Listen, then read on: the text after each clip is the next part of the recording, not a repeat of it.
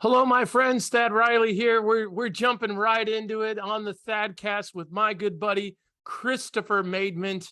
We are going to have a great conversation today. Got a lot of questions. Chris and I actually met last year. I think about a year, close to a year ago, maybe, out on the campaign trail. Maybe it's probably in the early spring. I would venture when it was. And I'm sorry, I don't know. I know when I met my wife. And as much as I like Chris, he's not quite as meaningful as Melanie to me. But he's got his own wife and his own meaningful memories. And we're so glad that he's joining us here today. We're going to hear a little bit about Chris's story and some of the insights that I've appreciated from Chris, because he offers a different take than I do on many issues, just like all of us should. And that's what I love about doing the ThadCast is getting folks just to share their heart and what they're passionate about. So Chris, welcome to the ThadCast. Thank you for joining me here today. Yeah, good morning. Thanks for having me. I appreciate you pointing out the dust on my dashboard before we went live here so that the viewers have one less thing to complain about. Just like to point out, both of my hands are on the steering wheel here, so I'm not violating any state laws that I know of. So, all right, we're good to go. Technically, we're always violating state laws behind the wheel. There's always something we could be pulled over for. It's an incredible journey. I did a couple of cop ride-alongs last week, and they were amazing, by the way. So, Chris, you would love that. You should. Have you ever done one before? Yeah, but I was forced into it, and I'm not looking to repeat that experience necessarily. Okay, well, we're going to have to touch on that later, obviously, because that's a can of worms in itself. And I know a little bit about that story. So first of all, give us a little bit of background. Where did you grow up and that kind of good stuff? I grew up down in Massachusetts, like a lot of folks that live in New Hampshire now, right? There's this old saying about those that were born here were lucky and those that moved here were smart. Well, I guess I was smart enough to just make the 2-mile trek across the border. I grew up just south of the border. Haverhill, Massachusetts. My grandparents were in Groveland. They owned a breakfast restaurant. I started working there at a young age. That was my parents got divorced real young. So raised by a single mom, had a couple siblings, grew up, I don't want to say poor, because by human standards across the globe, we did really well, but we we struggled, got evicted a few times, bounced around. Mom worked always, 2 or 3 blue collar jobs, waitressing, laundromat, things of that nature. So the biggest thing that I learned at a young age was work ethic, right? Which I'm fortunate for, and I'm glad for that experience, because my grandparents owned this breakfast restaurant, and I used to go starting when I was 8 or 9 years old, and my grandfather would wake me up 3 o'clock in the morning on Saturdays to go down and help him make the beans for the breakfast restaurant, and Wow. get the place cleaned up and ready for customers. And then I would bus tables until about noon, and then I would sleep for 3 days, right? Just kidding, obviously, but Right. So I started working, real young. Very fortunate. I didn't like it at the time. Obviously, I was 8. Who wants to be, making beans at 3 o'clock in the morning when they're 8 years old? But in the long run, it really built a solid foundation for what I consider myself to have a solid work ethic, and I think that's where it started. So That's awesome. That's awesome. Isn't it funny how we take these intense things from our childhood and they kind of manifest something else today? And we'll probably touch on that. Now listen, you're a lot like me. You outkicked your coverage when it came to, that's what people said when I married Melanie. They said, Thad, you outkicked your coverage. And I don't know how many people needed to have that conversation with me about my wife being out of my league, but it was not double digits by any stretch of the imagination. And it continues not to be, which makes complete sense once people met Melanie. Chris, I would say you might be in similar company as me a little bit. I met your wife. She is just a fantastic personality in person, and had a lovely conversation with her. Talk to me a little bit about Rachel and how you guys connected and all that. Well, you're absolutely right that I outkicked my coverage there for sure. I never in my wildest dreams, when I started dating and thinking about, never did I think I would end up with somebody as great as I did. And that's, a blessing every day. It's just, the work that she does raising our 3 kids and taking care of all the animals and maintaining the house and loving and putting up with me primarily, right? Like she's going to put up with me on a daily basis. I wasn't going to say that, but that might have been my number one. Hey, somebody has to point that out, right? We met actually, believe it or not, on Tinder, the app that the kids use to do whatever they do these days. I might have been a kid once upon a time that did certain things like that, but we don't talk about that anymore. So I was scrolling through one day, and we matched on Tinder, and I was living at a winter rental on Hampton Beach, and it expired. So we met in May 2015 on the app. We were talking, and the winter rental expired in the middle of June. So I only had a few weeks left at the beach, and I was using that kind of as my, like, oh, come hang out with me at the beach. Like, the beach is right there. We can just walk on the beach. It's great. But the thing I didn't mention, at least at first, right, was when the winter rental expired, I was moving into a tent, and I was going to live in a tent for the summer. And yeah, I wasn't going to be homeless. I was going to live in a tent because the winter rental expired. It didn't start again until September. And it was, I was young enough to think it would be a cool experience, which it actually ended up being a cool experience. So that worked out for me. But, I was too cheap to like get any other apartment. The winter rental I had with two of my high school friends, and it was $1,200 a month, everything included for 3 bedrooms. So it was $400 each. So Yeah. there's no way I was going to beat that going anywhere, because we know how rent is in New Hampshire here. So I was like, you know what? I'm going to live in a tent at a state park in Massachusetts, close to work.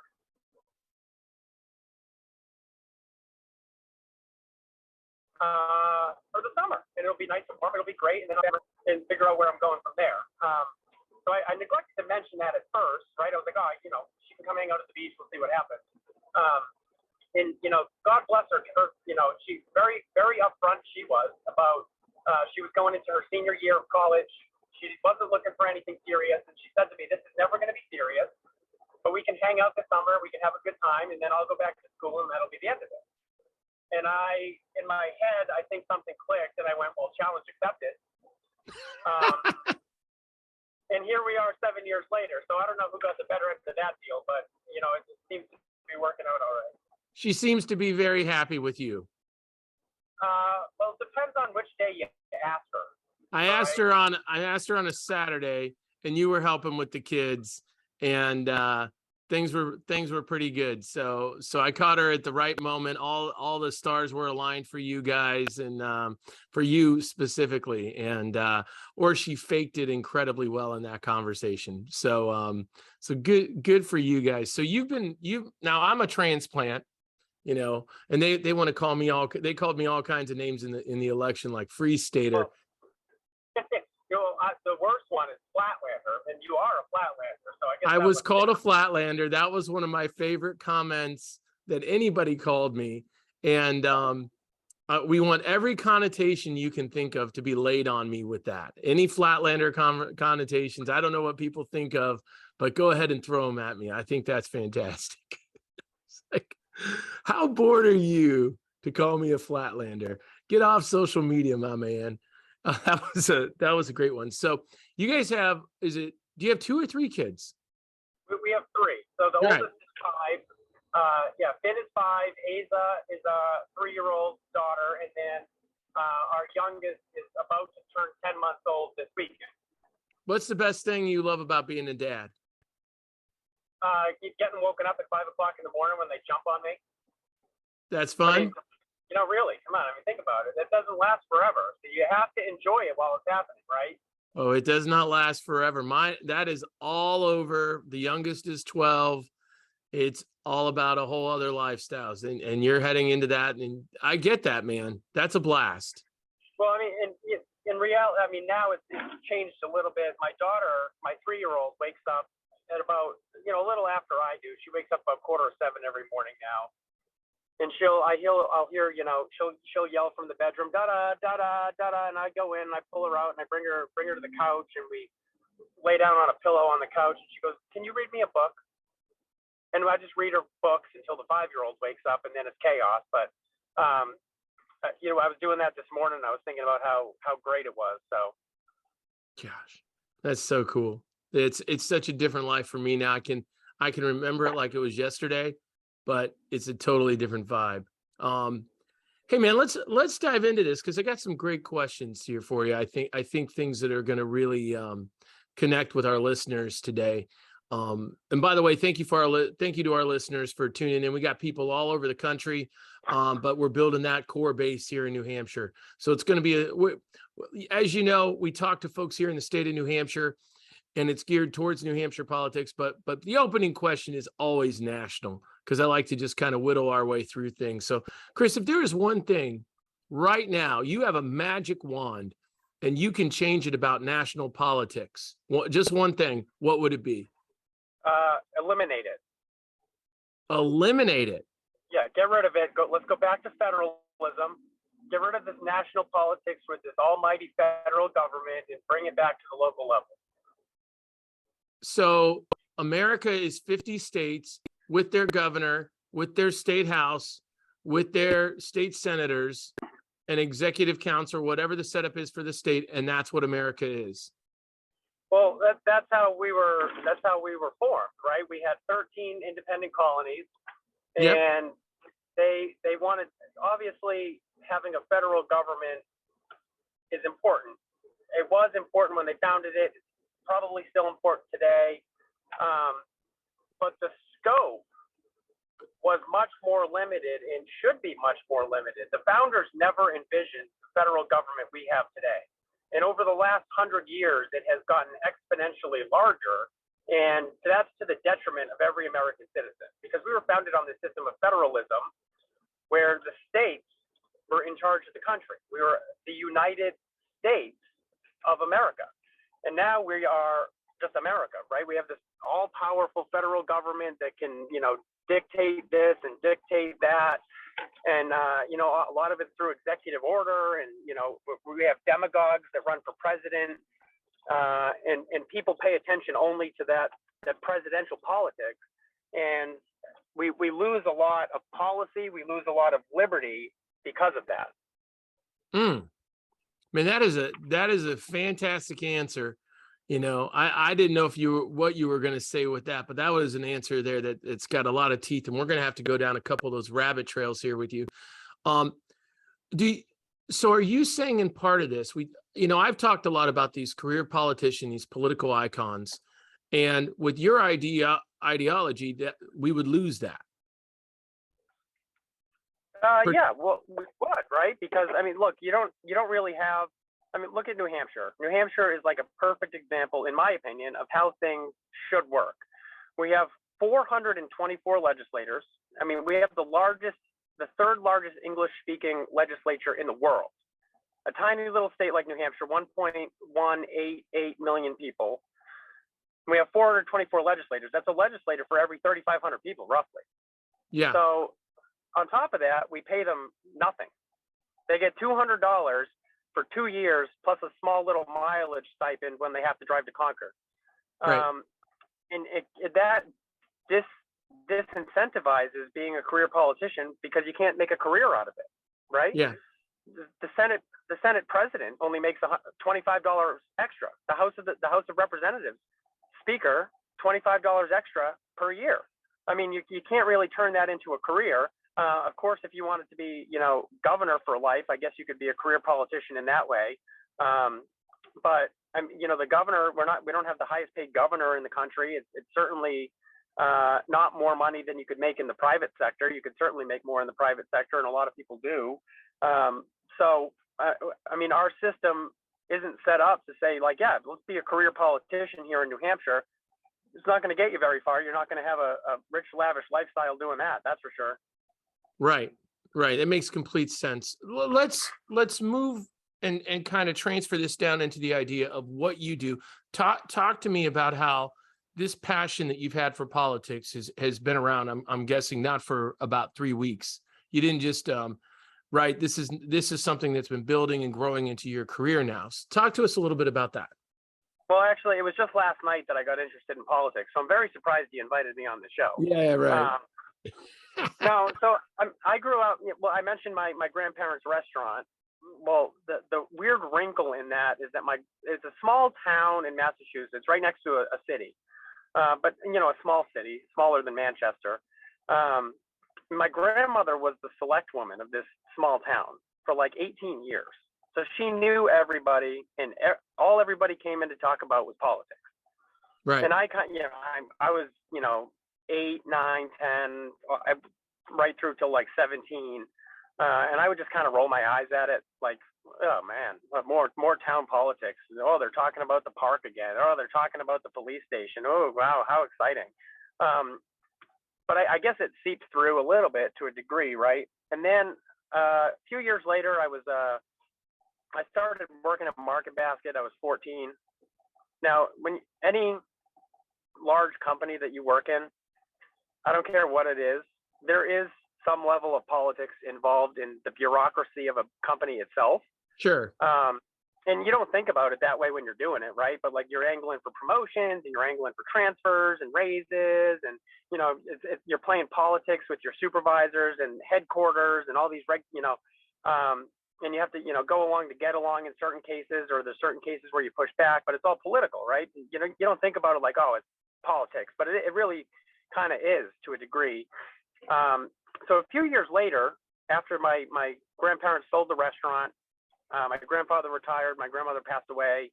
I was working at Market Basket. I had been there for 5 years. I was a manager in the Newburyport, Massachusetts store, front end manager.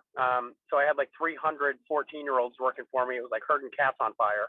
Wow. And then this one day I had moved to New Hampshire finally. I'd already moved, but I was still working in Massachusetts, which wasn't the best setup, but it didn't last that long, so it was okay. One of the state representatives that was friends with my grandmother and covered the area where I used to live in Massachusetts, she came up to me one day, I was working, and she says, Chris, I want you to run for state rep. I'm not going to run again. I want you to run for my seat. This was probably 2010. 2010. I want you to run for my seat and be state rep where and represent my district. And I looked at her and I said, Representative Stanley, that's the kindest thing that anybody's said. I said, here I am, 19 years old, right? And I'm like, you do know I'm a Republican, though, right? And because she was a Democrat, she wasn't, like a 2022 Democrat, but she was a 2010 Democrat, and I was a Republican. Yeah. And she said to me, yeah, I know you're a Republican, but I've seen the way that you deal with people here in the store. I've been watching you for a while, and I can tell that you genuinely care about people, and I think you would be great at it. Wow. And I went, and I was like 19. I kind of like blew it off. I was like, okay, lady, sure, whatever.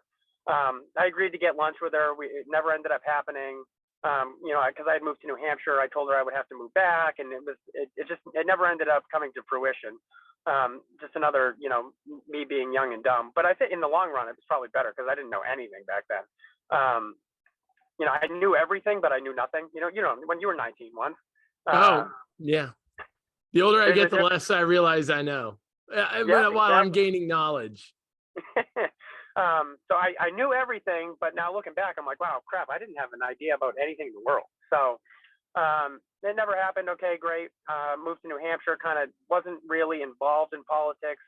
Had a national, presidential level interest, like a lot of people do. So 2012, who's on the ballot in 12? Was that Mittens? It was Mittens. So Mittens is on the ballot, and I was, there's no way Barack Obama can win a second term, blah, blah, blah. After the Tea Party wave, like he's done, and then he wins, and it's like, well, geez, okay, apparently I still know nothing. And then, I kind of just tuned it out. I would joke with my bosses about how Deval Patrick was going to get reelected, and of course he did, down in Massachusetts. And then, flash forward 2015, I meet Rachel, and that summer is when President Trump announced he was going to run for president. And I remember sitting there with my two roommates, and he did the golden escalator thing, and they're not sending their best, and that whole how it started. And I looked at them, and I said, he is going to win. Mark my words, write it down. And they thought I was crazy because they were Right. like, that baffling baboon, he's not gonna win. And I said, you mark my words, write it down. He's gonna be the president. And they thought I was nuts. But then I started like. Have you ever read Win Bigly by Scott Adams? No, I've definitely heard of it, and it's on the list. So it's his book about persuasion, right? And how Trump used the persuade and stuff like that. It's either that or a different book. I don't know. I've read both of them. But anyways, he was talking to people that politicians had never talked to before. And that's Right. I started like getting really, really interested in his race. And I was like, watching what he was doing and watching what the news was saying about him. And then I went to 2 Trump rallies just to see for myself, because the news was saying he does all these evil, racist things. He's mean to people. And then I went, and it was like a love festival, right? Like Right. you could tell that he loved the people in the crowd. You could tell the people in the crowd loved him. It was like this warm, energetic, positive, huge like environment where everybody was having a good time. And it was like, Right. This is not at all what the news looked like. I think it was a Klan rally, for crying out loud. Right. And that's when I was like convinced. I was convinced that I knew, but I was convinced after going to a rally. I was like, he's going to win. And this was in Southwest Virginia. And I had grown up in the New England liberal elite bubble. And I moved to Southwest Virginia, which is the economy is completely different. Everybody's a blue collar worker. There's coal miners, there's meat packers, it's manufacturing. The houses were selling for like $45,000 and were falling apart brick by brick. Yep. It was like, and everybody had a Trump sign. Everybody was voting for this guy. And I would ask, I was working at a restaurant down there too. And I'd say, why? And they'd be like, because he gets it. He cares about us. And That's right. whether or not you think that's true, that's how he made them feel. And if you feel like somebody cares about you, you're gonna vote for him, right? So I think that's how that went. Let me And tell then you the one secret too about that, by the way, that people don't know. I have a friend of mine who's a Secret Service guy who spent 2 decades in the White House, and the last term he did was with Trump, and then he left about a year ago. The most kind president that we've ever had is Trump. The way he treated the White House staffers, the way he treated people throughout the White House, no one else had a relationship like Trump did with those folks. He just talked to them like they could have been billionaires.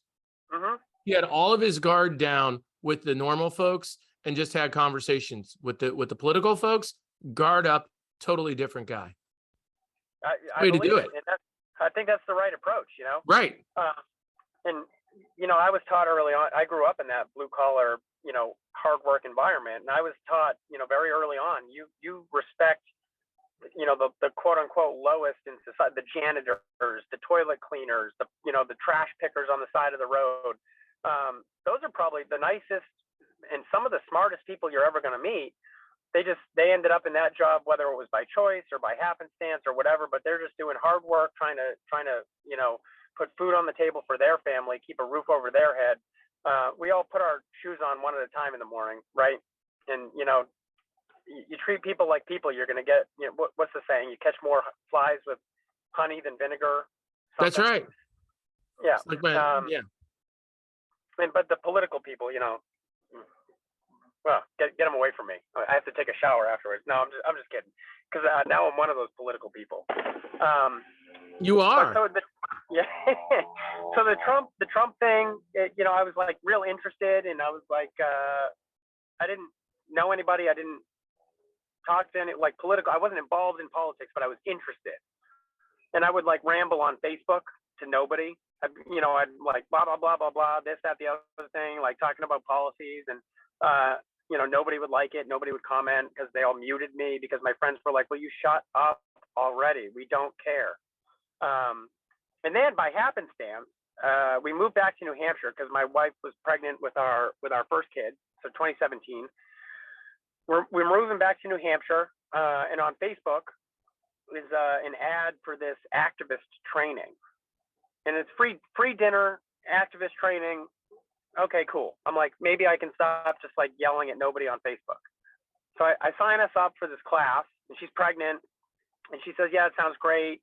And then we have the baby, and I was working construction at the time, working for myself, doing remodeling and such. And I get home from work the day the class is supposed to start. We have a 6-week-old baby. I get home from work. I'm tired. I'm hot. I'm exhausted. I want to sit on the couch, drink a beer, and watch television. And she goes, oh, we got to go to this thing. And I said, I don't really want to go. I don't feel like it. And she looks at me and she says, I haven't been out of this house in 6 weeks, and I haven't talked to another adult in 6 weeks, and I haven't made anything for dinner. We're going. Okay, I'm going to get in the shower, and then we're going to go to this thing. It's going to be great. Okay, cool. Great. Get the car ready. Here we go. Yep. And, you know, we came in, and that was Americans for Prosperity doing their grassroots leadership academy. And they kept feeding me, and I kept coming back, and they kept feeding me, and I kept coming back. And then after like 4 years of that, they were like, all right, do you just want to work here? Like, if you're going to be here all the time, you might as well just work here, right? So I joke about myself being like the stray cat that Americans for Prosperity adopted. They kept feeding me and feeding me and feeding me, and finally they said, all right, fine, just stay.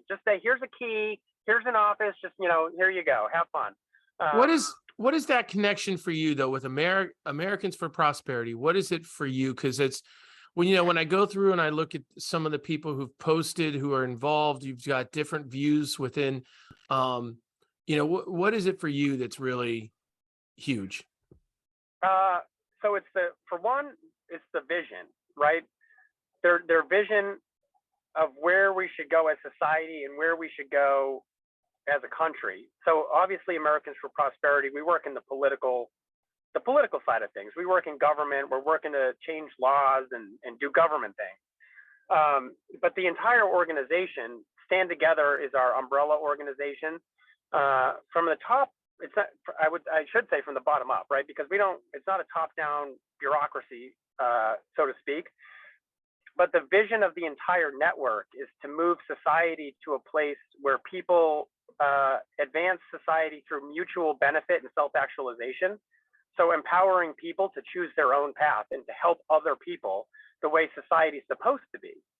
And if you look at like I said about the government earlier, over the last 100 years, government has grown and grown and grown, and it's taken over the responsibility of business, and it's taken over the responsibility of community, and it's taken over the responsibility of education, when it's outgrown all of its responsibilities. And so the vision of our organization is to put government back in its box. But to do that, you also have to simultaneously grow the role of education, business, and community again to fill the void. You can't just pull a blanket out from under people and say, have fun, the government's back in its box. The government's doing a lot of things it shouldn't be doing, and we need to empower other people to do that at the local level to fill the void, to kind of push government back into its box. So whether that's with substance abuse, and having community step up to help people in their community that are struggling with substance abuse, or perhaps it's education, where we have these alternative education models that are coming out to empower students. 100%. Yeah, or whether it's business operating in a principled fashion, where they're not seeking government subsidies and government handouts and regulation that keeps out competition. Rather, through creative destruction in free markets, we can make more advancements than we have in the last 100 years within 10 years, right? The government often gets in the way of progress, and by breaking down those barriers, those are external barriers. By breaking down those barriers, we can allow for human progress to flourish. And that's really the vision that's driving, and that's why I love the work that we're doing, because it plays into this larger long-term vision about where we can go and where we should go as a society. People's eyes are very close to this, and there are a lot of people who've woken up, but Chris, when I was out on the campaign trail for a year, I would start off at one point early on in my talk, and I would say, all right, everybody, government serves at the consent of the, and then you'd hear these like 6 people in the room go, people. And then all of a sudden I go, okay, listen. I know you want to do this with me. Let's do it with some punch. Government serves at the consent of the, and it was like they said it, but it was later at the end. They would talk to me and they felt it later. Like people still can't wrap their minds around this because we've grown up in this culture where more and more there's been mandates and we've been told what we're supposed to do and the life we're supposed to live. And I think it's a confusing moment for the people of New Hampshire where we say it's the live free or die state. But really, we look especially at the last 3 years, and that's hard to navigate. That's hard for the average person listening to this podcast right now to say, I'm starting to open my eyes maybe, but I'm not quite there. I'm not sure what to do with all this. Well, I think in a lot of cases, government is just something that happens to people, right?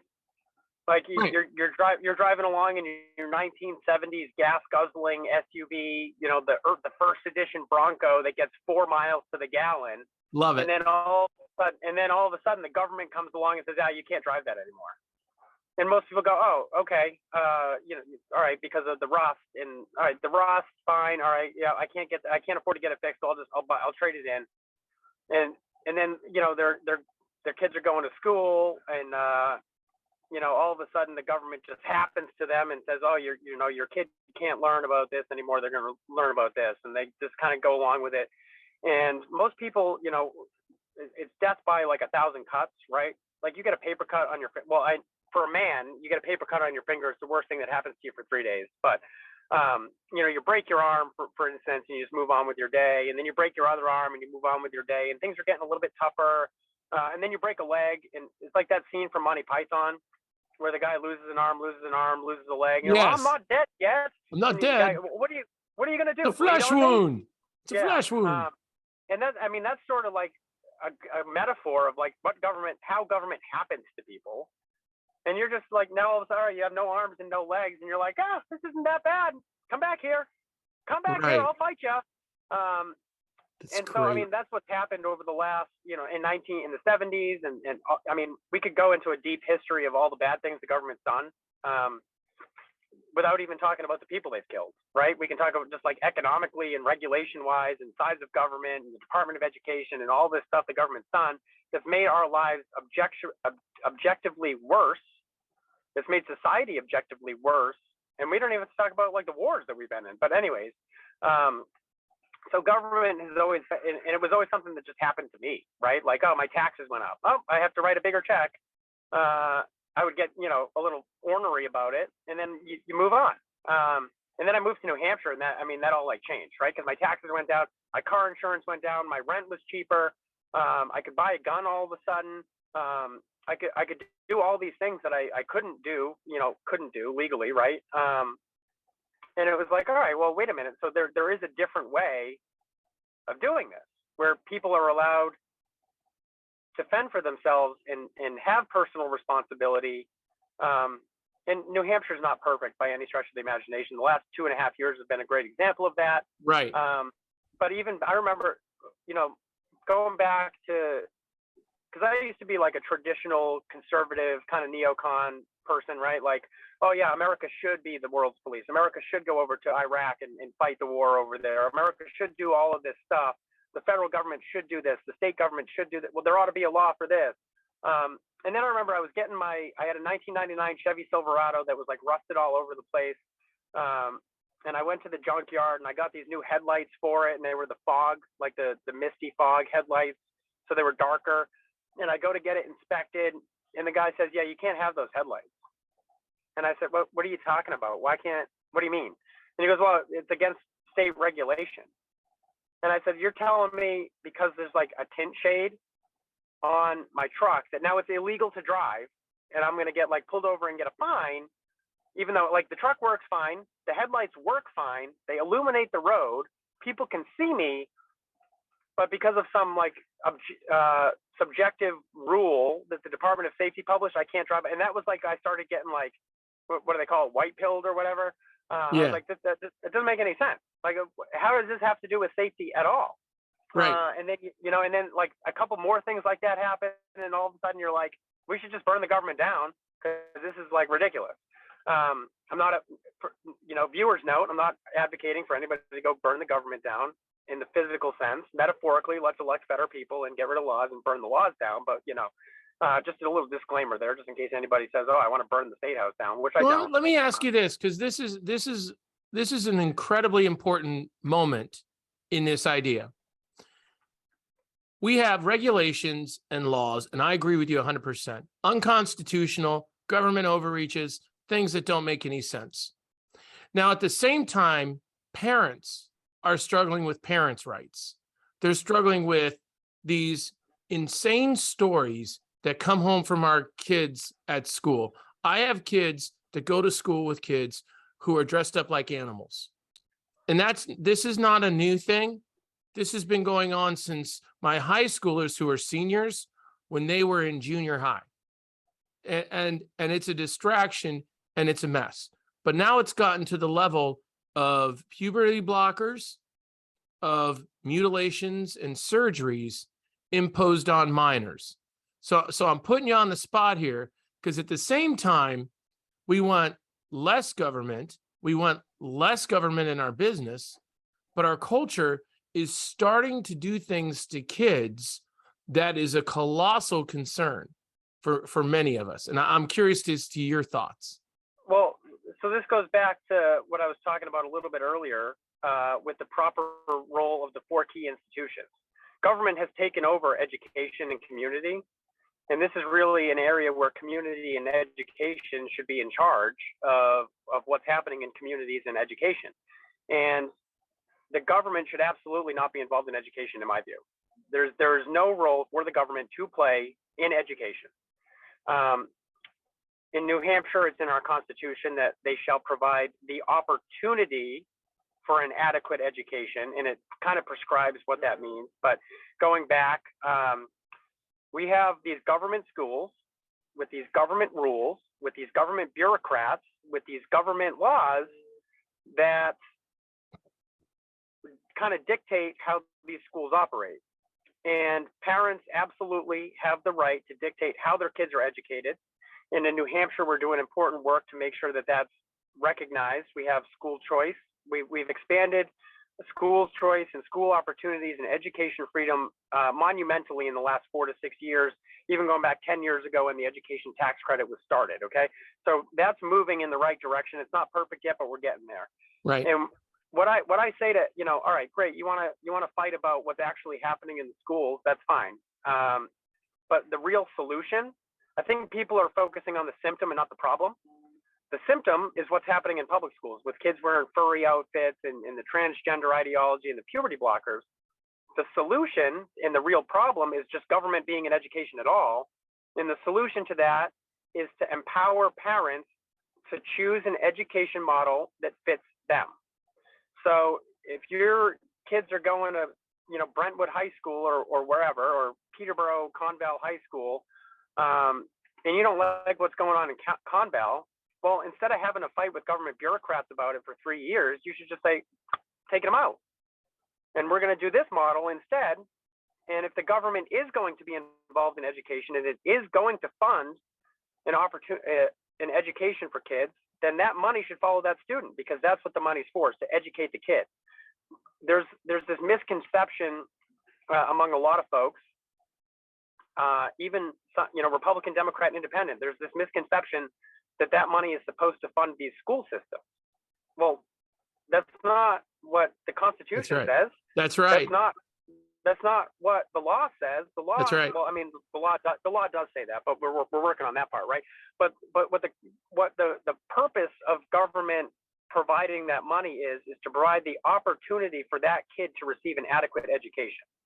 It doesn't mean the government has to build a building, hire a teacher, hire 7 bureaucrats to watch the teacher, hire 17 bureaucrats to watch those bureaucrats to watch the one teacher, and then educate the kid. It means, all right, if the government's going to provide opportunities for education, then it needs to be equal, it needs to be fair, it needs to be impartial. And so if Thad Riley wants to take his 6 kids out of the public school system because they're doing this education model that doesn't work for Thad Riley's family, then that money that the state is providing for an adequate education should go with the student wherever they're getting educated. And the definition of adequate needs to be defined by the family, by the parent, and by the student. Chris, I have a friend of mine, and I don't know if you've heard this story. His son, he was so proud. He introduced me to him. He's been fighting the good fight here in SAU 16 with me for years for kids. And he's sending him to Portsmouth Christian Academy. And this is his first year. My friend is a devout atheist, and he's thrilled to be sending his kids to Portsmouth Christian Academy. So that's a story I share with folks. And I've been on the front lines with this guy, and we've been in the battles. And that to me should make everyone pause for a second, And the other thing I'll share with you is that we know from the teachers unions who they endorsed for governor with Tom Sherman in that endorsement, how bad things really are in New Hampshire schools, in New Hampshire public schools. Tom Sherman, you have a candidate like myself, 4 kids currently in the public schools, 2 public school graduates. Obviously, I've been a team dad, I've coached, I've supported, school board. You'd think I'd be the no-brainer. Tom Sherman sent his kids to private schools out of state, but the New Hampshire Teachers Union said, hey, this guy he'll do everything we tell him to do. Well, look at the title of what the teachers union. Who do they represent? Right. The teachers. They're not out there looking for parents. They're not out there looking for students. They don't. That's not their role. The teachers union their job is to protect the teachers. And guess what? If kids start coming out of public schools, going into homeschooling or Christian schools or micro schools or pause learning, well, all of it. The teachers union don't have any more money because there's no more teachers, right? So their job is to protect their job. And I think I'm surprised this isn't more obvious to everybody. But they're the teachers union, so they're not the parents union. They're not the students union. And we could go down a rabbit hole of should public sector unions even exist? I'm sure that would be a fun conversation, but we can save that one for a different day, right? Yeah. But the teachers union objectively advocate for the interest of the teachers, and it's not always, and it maybe hardly ever, is in the best interest of the students and the parents. The students and the parents, and they stopped looking at it this way a long time ago, right? Every 2 years or every year in towns, right? The school board comes to the town with a proposal for a budget, and it's always up, always. Well, we need this, we need always. That, we need this, we need that, and it goes up whatever percent every single year, and they send mail out to the voters and advertisements out to the voters, and they say it's for the good of the kids. Well, that's hardly ever true, right? It's for the good of the building, it's for the good of the teachers, it's for the good of the administration, but hardly ever do our kids see a benefit. And that you can actually extrapolate the data. And one, you show declining enrollment, and on this, increased cost, declining enrollment. That's Absolutely. That's point 1, right? But point 2 is the outcomes never change. And if we're going to be outcome oriented, which I think we should be, if we're looking at the outcomes of what happens with these kids, way too many of them are graduating with no proficiency. That's right. In whatever, right? And I heard this. This is funny because I was watching this last night. It was a Paul LePage clip, former governor of Maine. He's running for governor again. In 2010, he was talking about education in Maine. And he said, I had this dad come up to me. So this is 12 years ago, mind you. He's like, I had this dad come up to me, and he was so proud. He said he was talking about his kid and how he got high honors in this school system. 8th grade, graduated high honors. So we took him to take the ACT to see if he could get into this academy for the 4 years for high school. And the ACT came back and said he's not proficient. He had no mastery of learning, right? So here he is, graduating with high honors from 8th grade, and he can't pass the ACT. And that's if that's not eye-opening, if that doesn't tell you everything you need to know, then I don't know what does. The school, I think our education model at the government level is fundamentally broken, and it has been for a very long time, going back to when the Department of Education at the federal level was even created. That was the beginning. That was the beginning of the end. Jimmy Carter, I think it was probably one of the worst things he ever did. If you want educated children, you need parental involvement, right? You need parents at home that care, that want to see their kids educated. Because you look at the kids that do graduate and, you know, they're smart and whatever, inevitably, 99 times out of 100, if you go to that kid's home, you have interested parents that care about the outcome. Right. The one out of 100 is the fluke, right? But I mean, like Ben Carson. Have you ever heard Ben Carson's story? He grew up in phenomenal. He grew up very poor in Chicago, single mother, terrible school system, and his mother would take him to the library and she would get him books, and she would, you know, she empowered his self-driven desire to learn, and he became a brain surgeon. So, but again, at home, here you have this interested parent who cares about the outcome, who cares about empowering that student's learning, and is working actively and an active participant in that role. And I think that's our role as parents, is to empower our children to pursue their passion and to pursue their self-driven motivation. Kids want to learn. They have a deep desire to learn about how the world works, about how things work, about, you know, for different kids, it's different things. My daughter likes art a lot. She likes to, you know, draw and doodle. She'll spend hours just looking through books, looking at the pictures, looking at the words, quietly studying.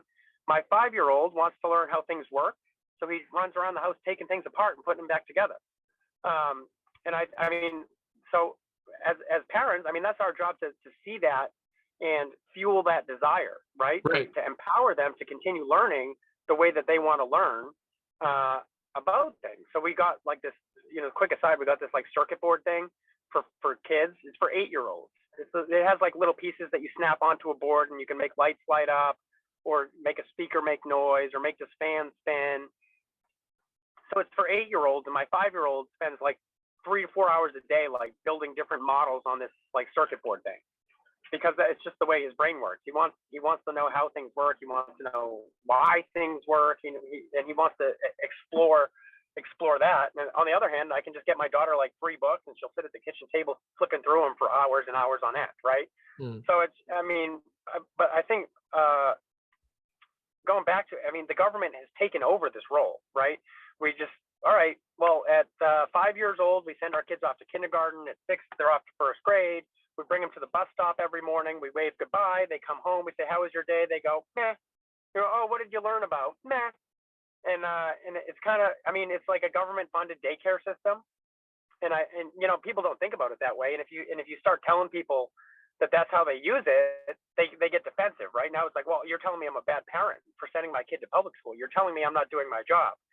And so when we approach this issue, we need to kind of meet people where they're at, and kind of, and we need to approach it that way, where we can empower them to be more involved and to maybe make different decisions if their kids aren't succeeding, without attacking their parental ability, because people will get defensive. You say, oh, I'm a bad parent because I send my kid to public school. No, that's not what we're saying.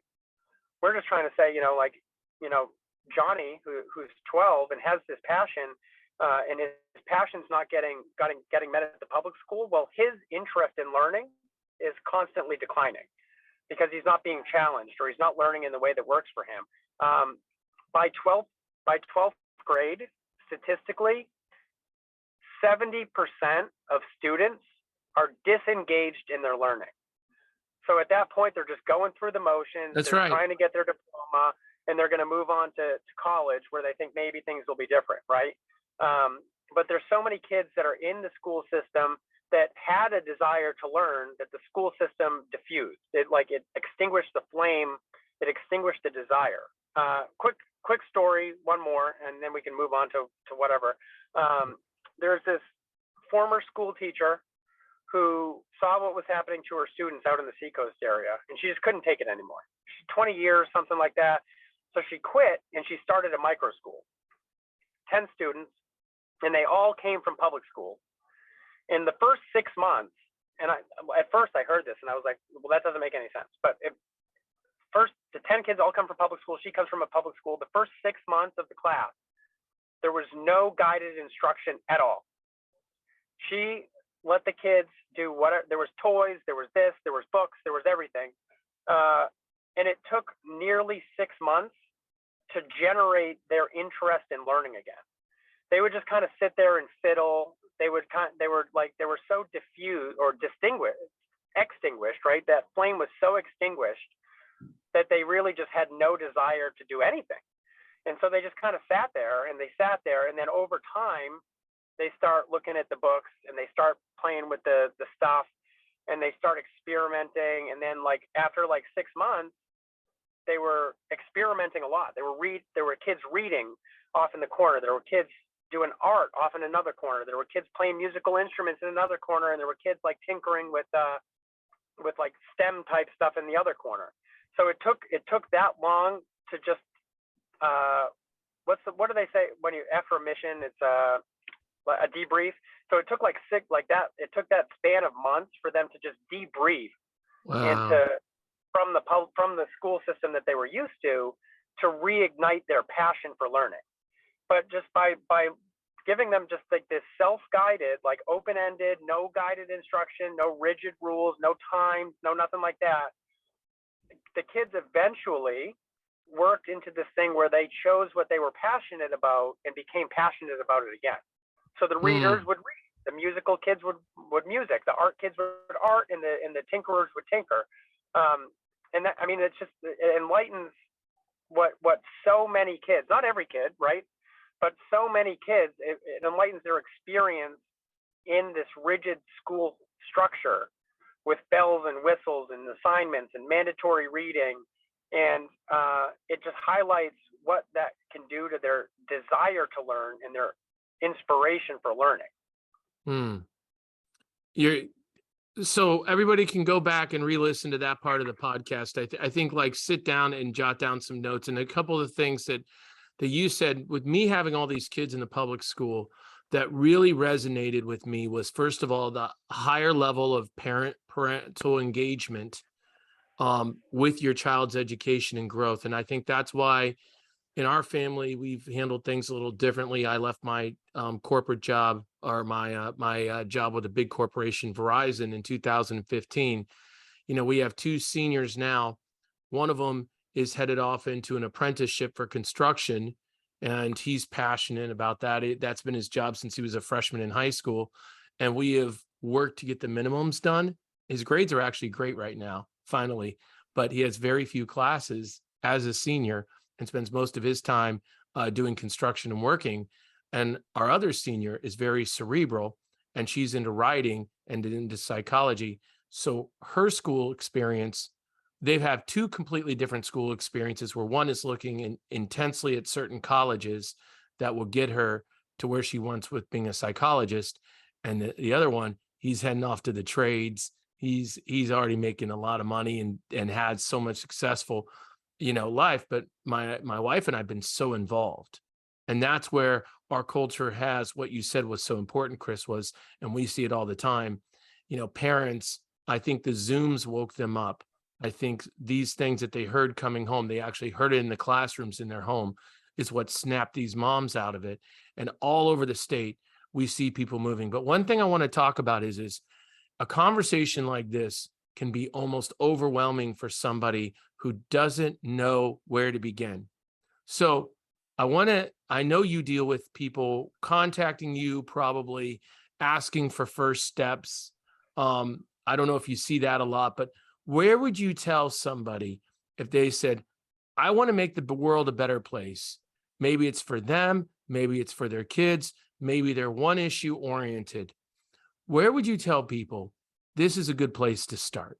This is a good idea for you to start. A general idea. Where should people start to get involved in activism, in politics? Where would you direct them? Well, first and foremost, the thing that I would need to find out is, what is their one issue? Why are they passionate? What what is their motivation right off the bat? Like, why all of a sudden are you so passionate about this? And we saw this a lot 2 years ago with the school lockdowns. There was a lot of moms all of a sudden that were very passionate about education. And Right. And then, all right, so like, fine. All right, we find out what your motivation is. I want to connect you to somebody that's been through this. I want to connect you to somebody that understands what you're going through. And maybe we start building that community that way. So you kind of have somebody that you can talk to that understands your experience, that understands why you're so passionate, and has taken the first step before. You know, Orville and not Redenbacher, he's the popcorn guy, but the flight guys. The Wright brothers, Orville and Wilbur Wright. Yeah. My grandfather, my great grandfather worked for him in Ohio in their bike shop. They were the first people to fly a plane. Yeah. So they had nobody to turn to, like nobody that's taken the first step before. They were the first ones to take the first step. But after that, people can turn to them and say, hey, you know, I'm passionate about, I'm trying this and it's not working for me. You know, maybe, you know, can we sit down and have a cup of coffee and can I learn from your experiences? The shared human experience has this vast depth of knowledge, something that Google can't tell you, right? Maybe a YouTube video, but not Google. You can't learn somebody's experience through Google. You can learn it best by talking to them. So if somebody, all right, your kid is struggling in public school, the lockdowns really extinguished their desire. You know, they kind of lost all their passion, and you want to reignite that passion, and you're looking for somewhere to turn. Well, guess what? There's this community that exists of parents across the state that have been through that before. And they can help you, they can coach you, they can give you advice, they can listen to you if you just need to vent.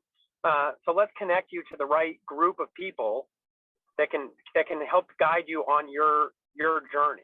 And let's make sure that we're meeting you where you're at. Alternatively, let's find out what kind of change you want to see in the world, in the community. Like, what's your idea? Where do you think we should be going? All right, now how do we connect you to the resources to help you pursue that? How do we connect you to the resources to help you go out into the community and make your community a better place? Maybe that's testifying at school board meetings. Maybe it's running for school board. Maybe it's running for selectmen. Maybe you want to be the town moderator because your Banana Republic town can't count votes after an election. Whatever it is, right? Yeah. Let's connect you to the resources that you need, so that you have the knowledge and the tools that you need to go pursue and change your community for the better. Chris, last night I heard one of the most fascinating stories, and this brings me back to when I ran for governor. I remember this. There was a point where I had people, a group of people online kind of messing with me a lot and trying to get me to say things I didn't believe in, trying to get me to say things their way. And I just wanted to be who I was and just keep saying my thing. And I give this encouragement with the story of what happened. Quick one of last night was there was a guy I'm friends with on social media, and he was done. He's like, you know what? I am done. I've been in this. It was a group. It was a parents group here in New Hampshire. He's like, I've done everything I can. I'm through. I'm dropping out of this group. I'm done. We're trying to do good for our community. They won't listen. I'm being bullied. I've had it. I'm leaving this group. In that same thread, one of the administrators messaged him and said, I love what you're all about. I need you to stay in the group and keep fighting. In fact, I'm actually leaving as administrator. I'd like you to take over the group. So within a period of an hour or two, this person who had been on the right path, fighting for his kids, had been so frustrated, wanted to throw in the towel because of a group, all of a sudden was put in charge of it. And that, I just want to encourage everybody listening, what you're upset about, what you're struggling with when you look at the world around us, keep that fire. Don't change it because people tell you to change it. Don't try to make sense over something that doesn't make any sense. We're smarter than we are. And I will tell you, if I learned anything about this campaign, you just be real. You be real about it, especially when you're fighting for other people who don't have a voice, like children or people who are too stressed out with working 70 hours a week. They can't support their families right now. They don't know how they're going to pay their bills. You stay fighting for everybody. But you stay true to the truth. And I want to just share that, and don't give up, because you never know who's watching and when that moment is going to flip, and you just stay in the truth, then the truth, and then there's the truth. And I'll tell you, that was one of the biggest lessons I learned, because I did not compromise. I get to walk away, even though I did get beat by 100,000 votes, I get to walk away with my head held high, knowing I never changed. I stayed true to all those things. So stay in it, keep fighting. And I couldn't believe this guy leaves the group, and all of a sudden, within an hour, he's back in and he's in charge. How cool is that, man? It's and one of the things that I like to remind people is, because, we get passionate about an issue, especially, like COVID with the lockdowns and the masks, and a lot of parents, like, you kind of get your hair on fire about something. Yeah. And you think, like, oh, if I just get involved and I can make this change. Like, if we get enough parents together, we can make this change. Well, unfortunately, or maybe for the better, depends on your perspective on the issue, government moves very slowly. Government is a slow-moving process by design, so that we are not operating at the frills of the people. That's right. I forget exactly what language was used in the Federalist Papers. If you've read the Federalist Papers, great, but you should read them in order with the Anti-Federalist Papers, and you get both perspectives, because this was actually a national conversation going on. Yes. And a lot of people missed the context and the perspective of what the Federalist Papers are talking about. So read both Federalist, Anti-Federalist in order, and follow the conversation the country was having. But my caution to people, and I do it myself, I'm prone to passion. I get my hair lit on fire about a thing, and I'm like gung-ho about it, and I'm like, I want it to change right now. And I call a million people, and I'm like, I need this to change right now. And guess what? It doesn't happen, right? This is a marathon. It's not a sprint. We're moving society to a better place. It's not going to happen overnight. We're going to get there eventually. So stick with it. It's a marathon, not a sprint. You're going to take some losses on the way. You're going to get defeated. You're going to get crushed. Your spirits will get dampered. Take that moment, reflect on what you did well, what you did poorly, really internalize that, and then come back with that new experience, because every experience that you have, win or lose, is an experience and knowledge that you gain.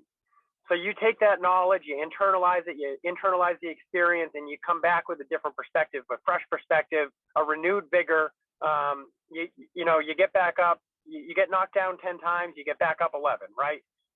And you keep coming back, and it's a marathon, not a sprint. We're not going to change the world overnight. I wish we could. You stick with it. Stay positive. Even when you lose like that, I love your enthusiasm. You lost by 100,000 votes 2 weeks ago, and you've already pivoted into this ThadCast, and you're still working to change society toward to a better place. And people like you, and I appreciate that. So anybody that's listening, look, I mean, what a gut punch, right? You're running against an incumbent governor, and you're positive, and you're out there working every day for more than a year, and you're talking to folks, and you're really passionate, and then you lose by 100,000 votes in a state where 150,000 people voted. And it's like, woo, all right, that was like, what a kick in the jimmies. But here I am, I'm back at it, and I'm gonna keep working to make society a better place. And that's really the takeaway that I've learned over the past 5 years of being involved. Is you're gonna lose. You're going to get kicked in the jimmies. You're going to get knocked down. Just get back up and keep fighting put a smile on your face, get out there, because people are watching and they are motivated by what others are doing. They may call you a flatlander, but get back up anyway, is what I like to tell people. That is and who would have thought that Chumbawamba and tub thumping would have been like our motto for 2022? I get knocked down, but I get up again. And that's it. Hey, listen, we have a billion subjects we could dive into, but we got to wrap it up here, because I'm scared to even ask another question because I feel like I'll want to go on for 2 hours with you, Chris. So we're gonna have to do this again for sure. But I want to do, we'll call this, we don't have a name for it yet. Maybe like our 2-minute drill or something here at the end. These are the fun questions. These are the other questions. And then we'll make sure we get Chris's contact information so you can email him or send him any questions. Yeah, but or at Americans for Prosperity. We'll talk about that in a second. So let's do the quick hits. These are the fun ones. All right, Chris, what's your favorite movie? I got to go with The Matrix. I watch it all the time. Oftentimes I feel like I live in a simulation, so I just love to watch that and be like, yeah, all right, the simulation is real, and someday I'm going to take the red pill and get out of here. Now, quick follow up on this. How do you feel about the last 3 of the movies? Number 1 is the best, the original, obviously. Yep. And then in order, following that, I would probably do the new one. Oh, wow. Okay. Maybe. I've only watched it twice, so I don't have enough. So, all right. Well, I watched the second one again last night. I just is my go-to. Like when I'm fantastic. When I'm getting ready for bed, I want to watch. So, number 1 is obviously the original, and then let's go the new one, and then 2, and then 3. Okay. Yeah, 3 was the big disappointment for me. Yeah. I wish it could have been so much more. Favorite book? Favorite book? I'm going to be honest with you. I don't read. So maybe I'll read a book and I'll get back to you. How about this? Favorite podcast? Favorite podcast? Depends on the day. Yeah. I kind of tuned out, but Dave Ramsey's podcast did a lot of good for me. I used to be really, really bad with money. I listened to 3 hours of it every day for 6 months and got myself out of debt. So that was a really powerful podcast that I listened to. That is an amazing recommendation and a surprise one. All right. Favorite waste of time? Favorite waste of time? Wordle is one of them. It's only a few minutes every morning though. Right. Can't break myself with a habit. And then, doom scrolling Twitter for funny memes, of course. Yes. Twitter. I'm newer to Twitter, but we've been having some fun in 2022. Favorite thing to get annoyed at? Data. And I won't go into the specifics of that, but I get really annoyed with bad data. Okay. I'm going to ask you one other question here. I'm throwing in at the end, a random one. Who did you think was going to win the 2016 election? Trump. Okay. We talked about that. So. Yeah. Okay. Yeah. I know we talked about it, but did you, that night when you were watching it, did you think he was going to pull it off? Yes. Yeah. Okay. So we were at, I guess we have 2 minutes, right? So yeah. we're at home. Rachel and I have this apartment in Virginia. I had a 12-pack of really good beer with high alcohol content, and we're drinking and watching the returns. And of course, it starts. All the predictable ones are going the predictable way.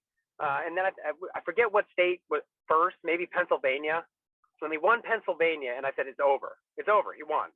Right. But it wasn't over, right? But so we go down to the local bar to see what's going on, and there's like nobody there. But the people that were there were so excited. They're like hooping and hollering. And then we go back home. I stayed up until like 3:30 in the morning watching the returns come in, and I was like, I just felt vindicated. I was like, I knew it. I'm like texting my friends. I'm like, told you so. And of course, he was president for 4 years. So.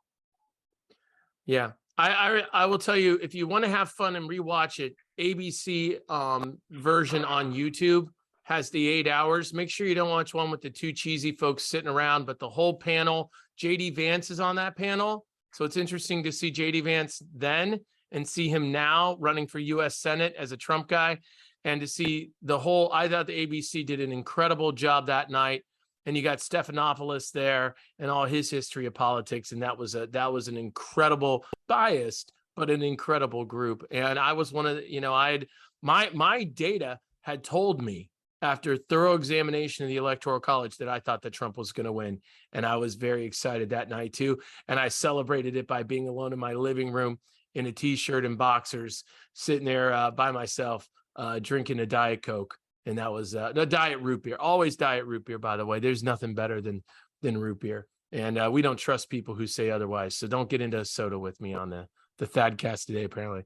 Chris, We have a million things that we could have talked about today, so we're gonna have to do this again, man. But For sure. give us a sign up. Tell us how, if people have questions for you, what your handle is on Twitter, how to connect with you. Yeah, so on Twitter, I'm at MAID_CJ. So it's part of my last name and my initials. So MAID_CJ. For the work I'm doing at Americans for Prosperity, feel free to shoot me an email anytime. cmaidment@afphq.org. So that's CMAIDMENT@afphq.org. And, shoot me an email. We do a ton of trainings. I've got a ton of trainings planned for after the election wraps up. I don't have time before then because I'm just out talking to voters all day. But we're going to do some really cool trainings later this year going into the winter, possibly on how to run for school board. So training I'm looking at. We're talking about a grassroots certification. So activists, giving you the tools that you need to be a better activist. And then we're also talking about some more digital activism training. So we'll have an ambitious schedule coming up, maybe, starting after the election. So get in touch with me if you're interested in that. cmaidment@afphq.org.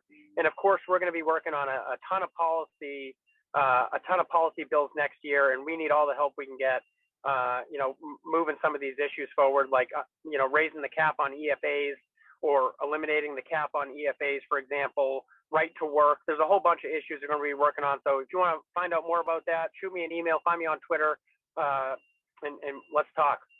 I'll throw this information in the show notes. So on the podcast or on YouTube, if we actually get this uploaded onto YouTube and Rumble and whoever else wants to have it without causing me too much grief, it'll be out there, but we'll have it in the show notes. You'll see it if you click on notes in your on your podcast. So Chris has a lot to offer. So if you are one of those folks who is listening and you're like, I'm almost there, I might be running for something, I might be doing something in the future.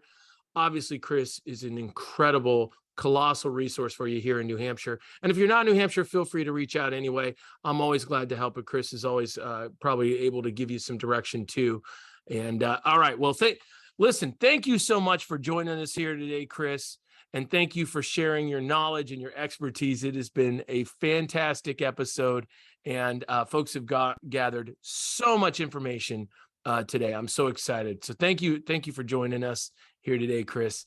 And we'll sign off. We'll have episode 3 coming at you next week. You're going to be surprised by it, like you were probably today. But we're going to stay on target here with what we're talking about with New Hampshire politics. We've got the election coming up. We're going to dig into some big issues too. So, hey, thank you so much for joining us here on the ThadCast. Make sure you tell a friend about it. And until next time, folks, go do some good. Thank you very much.